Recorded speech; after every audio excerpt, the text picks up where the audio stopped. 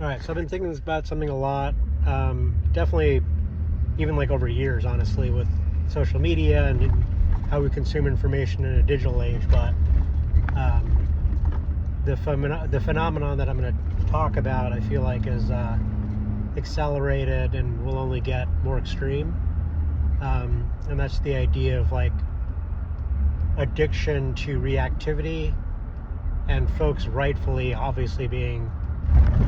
terrified, scared, angry about things that happen, but also at the same time, folks being maybe unaware of their inner worlds and what parts they're reacting from, such that you can get caught or stuck in this like reactive loop without really being scarcely aware of it, and how that informs what you do about it, the choices you make, the decisions you make, because you're operating on a surface now, and from surface parts that are reacting and maybe addicted to the reactivity, and these things don't have a chance to penetrate deeper into your parts that have a more proactive view of a situation. And that sounds really abstract, but like just the example of somebody reacting to, like, so let's say you have a leftist that's reacting to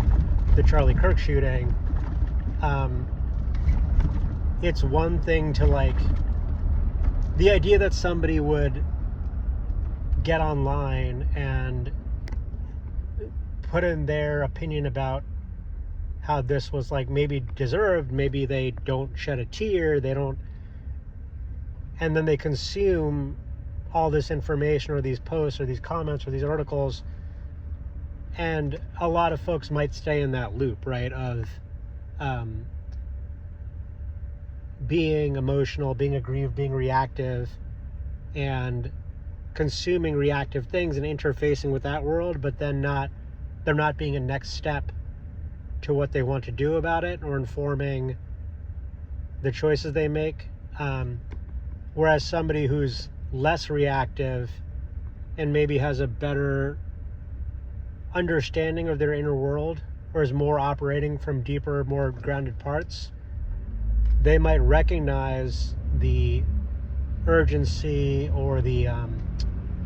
degree of craziness of a situation, but they might not react as instantaneously. They might, for example, decide that they're only going to consume information from certain mediums that are more measured in their analysis, or they might be able to step back and see the big picture of, okay, this is going on, what is my way of plugging in proactively to this, whether it's being an organizer or like, I don't know, supporting folks that are going to be affected by this stuff, or somebody who's like, you know what, I see the writing on the wall, I see these trends, and I'm going to make a proactive decision to leave, to move abroad. All of those kinds of decisions, I think, stem from, if people understand their parts, they're making proactive decisions based on the conditions on the ground or externally, and everything is being filtered or run through this inner kingdom with these inner parts, versus being stuck in a reactivity loop, in an addiction loop, where the ways that we communicate are expressly designed to foster that reactivity and shouting and conflict, and there isn't any, step two from that. And it's the folks with the loudest megaphones that are incentivized. No doubt some of these folks actually believe what they're saying, but by and large, they're opportunists and demagogues and grifters. So not only are the folks with the loudest voices, the biggest megaphones, expressly staying on the extremes, not to say that there isn't extreme behavior and extreme offenses happening, but their goal is really not to have any kind of like long form or holistic understanding of what's happening in service of anyone's collective benefit. It's to keep the fuel on the fire, because that's how they make money, right? Same with social media. So that it's that phenomenon of folks being actively addicted to reactivity, and the fact that doesn't lead to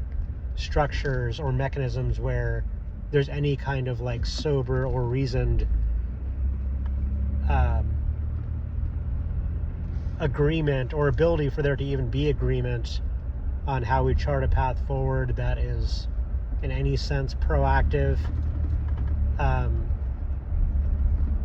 That is the aspect of all of this that I think makes me despair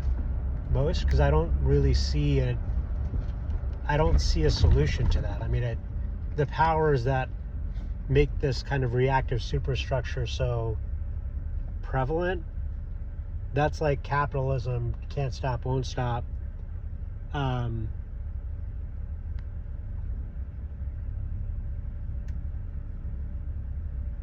I don't know. It makes me feel pretty distant from humans on an individual level when I sense that folks are operating from surface parts. Again, I don't blame them. I mean, it's not surprising that that's happening. But it also makes me feel like the avenues for proactive, good faith movement or discussion, whether it's on an individual citizen level or a governmental level, they just feel like completely gone because of this runaway reactive superstructure. And it's going to eat itself to death.